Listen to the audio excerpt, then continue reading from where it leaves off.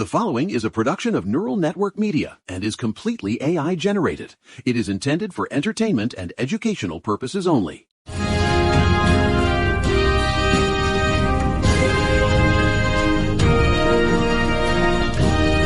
Welcome to the Neural Left, folks. It is Monday, March 9th, 2026, and I'm broadcasting live from the Panopticon here in Manhattan, where the sun is reflecting off the glass of buildings that, thank God, aren't underwater yet.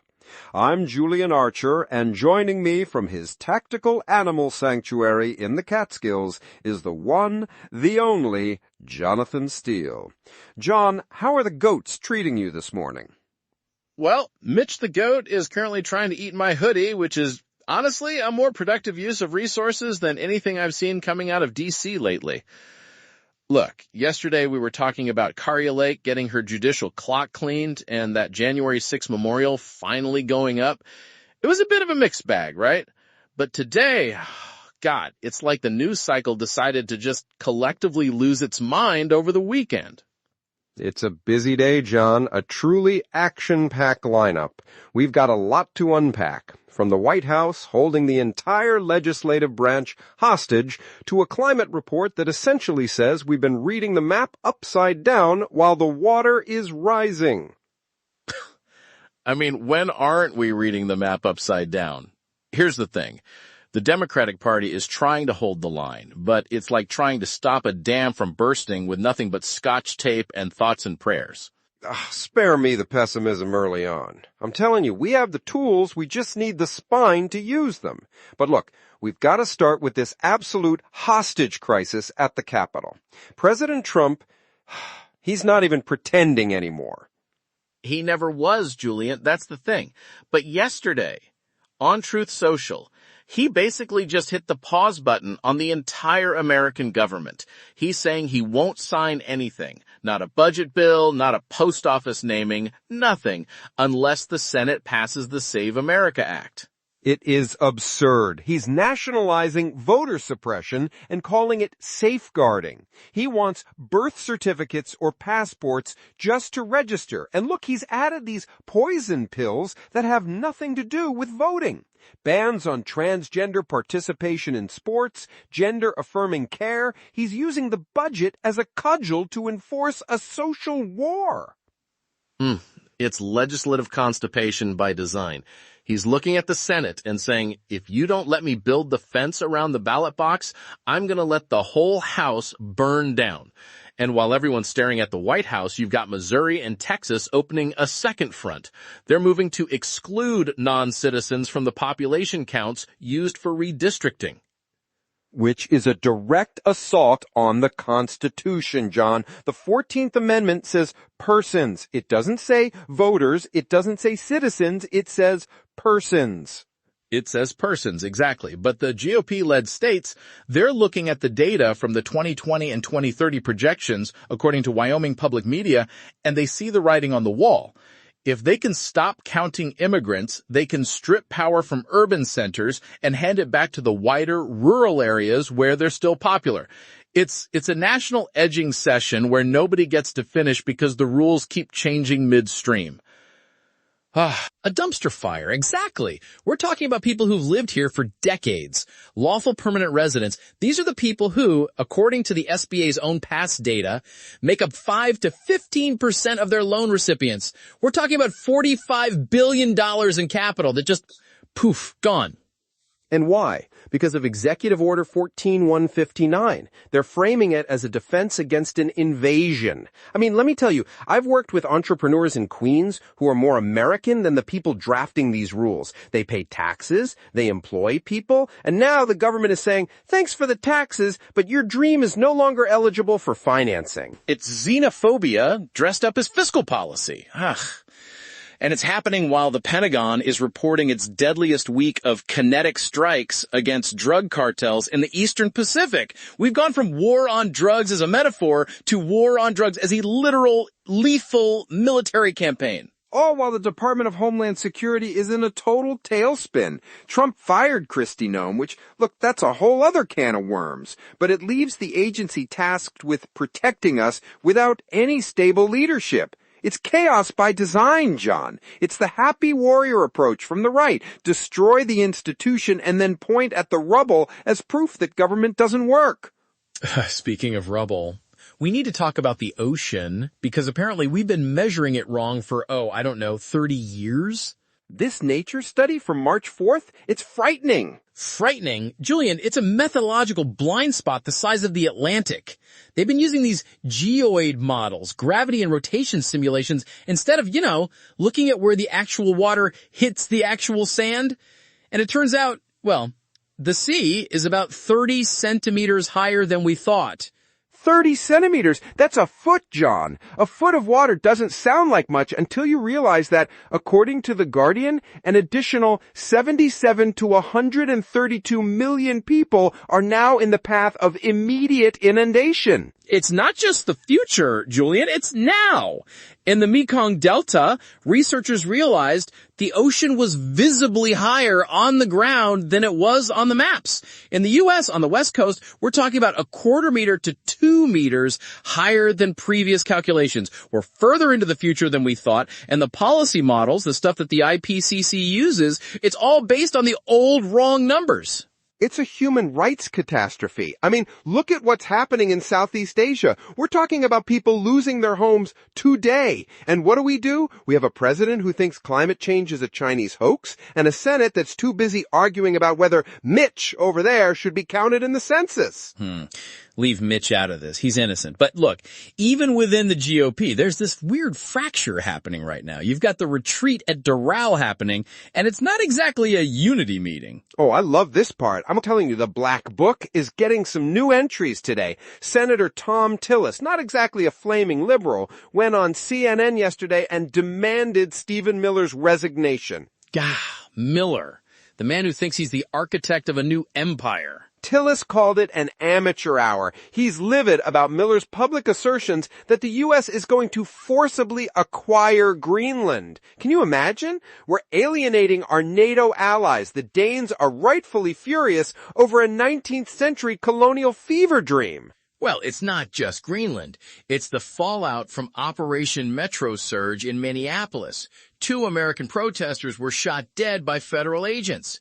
Tillis is a lame duck, so he's finally growing a spine, or at least a very loud voice, and he's pointing the finger at Miller's extrajudicial approach. But here's the problem, John. Tillis is one man. The rest of them are at Doral, practically genuflecting to Trump.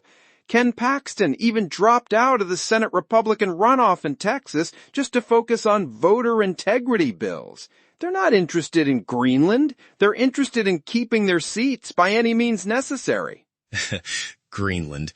Honestly, if I were the Danes, I'd be looking at the U.S. right now and wondering if they can just tow the island further north to get away from us. But look, while the GOP is fighting over who can be the most extreme, we do have some actual policy moving in the background. The Healthy Lungs for Heroes Act. Right. This is important bipartisan momentum. Senators Curtis and Schiff, a Republican and a Democrat, introducing requirements for respiratory protection for federal firefighters. It's about time. Our Wilden firefighters are essentially breathing in a toxic cocktail of heavy metals and plastics every time a suburb burns down. They live significantly shorter lives than the rest of the public. It's a win. A small one, but a win. But then you look at what HUD is doing. Secretary Scott Turner is moving Section 8 and public housing towards a self-sufficiency model. Self-sufficiency. That's a beautiful word for we're kicking you out. Exactly. Mandatory 40-hour-a-week work requirements for workable adults and a 2-year cap on rental assistance. John, if you're a family on Section 8, you're not living in luxury. You're trying to survive. 2 years in this economy? It's HUD's way of saying the safety net is now a trampoline, but we didn't check the springs. And then they balanced that out by releasing a study saying a cancer cure could deliver a $185 trillion economic windfall. Like, great, if we cure cancer, the economy gets a boost, so maybe we can afford to not kick people out of their apartments. Only if you're a citizen, John. Only if you count. Look, before we get into the really weird stuff, the AI zombies and the Tesla data, we got to pay the bills. Absolutely. Look, independent media like this doesn't just manifest out of the ether. It takes real human work to build the infrastructure. We are 100% here because of the vision and the grind of our creator, Eric Christensen, at Neural Network Media. He's not a media conglomerate. He is a builder who poured his own resources and time into creating this platform so we could have these conversations. If you value independent voices over corporate algorithms, please like, subscribe, and consider visiting our new Patreon at patreon.com/Neural Network Media to support this work. It's an act of solidarity that keeps the lights on and the service running. It's better than the corporate algorithms, that's for sure, especially since the algorithms are currently running for Congress. You're talking about Jesse Jackson Jr. in Illinois? Oh, spare me. This is the most cynical thing I've seen in years. It's a digital horror story, Julian.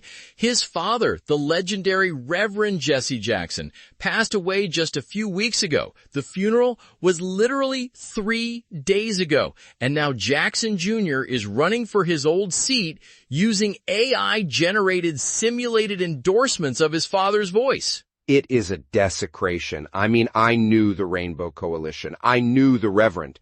To use a synthetic likeness to bridge a gap created by your own prison sentence for campaign fund misuse, it's not just unauthentic, it's a proxy war for the future of truth. And Anthropic and OpenAI are literally funding opposing sides in this. It's a Silicon Valley civil war being fought in the Illinois 2nd District. We're watching the erasure of the authentic democratic engagement we always claim to value. And it's not just happening here. Look at the global stage. Today, March 9th, the European Union Special Representative for Human Rights, Kajsa Ollongren, basically told NPR that the U.S. is no longer a consistent or credible partner. The eunuch realization. Europe is realizing that the rules-based order the U.S. spent 80 years building is being dismantled by the very country that built it. We're imposing sanctions on international criminal court judges because they had the audacity to investigate war crimes in Gaza. Now, Marco Rubio is defending it, saying the ICC is illegitimately targeting Israel. But our allies, Finland, France, Belgium, they're looking at us like we've gone feral. We're an empire that's decided the laws only apply to the people we don't like. It's competitive authoritarianism, Julian. That's what the Munich Security Conference report called us. We're not the shining city on the hill anymore. We're the angry neighbor with the no trespassing sign and a tactical shotgun. Look, let's talk about the big one, the main story. Today is March 9th, which means Elon Musk has a deadline. Yes. The NHTSA show your work moment. Tesla is legally required today to submit over 8,300 records to federal investigators. We're talking raw video, crash data, EDR logs, all about these traffic violations where full self-driving decided that red lights were merely suggestions. And this is the third deadline because Tesla claimed the first two were unduly burdensome. My heart bleeds, Julian, it really does. But the stakes are, well, they're literally life and death. You've got Musk ramping up cybercab production at Giga Texas, and he's doing it without federal safety exemptions for vehicles that don't even have steering wheels. And here's the kicker.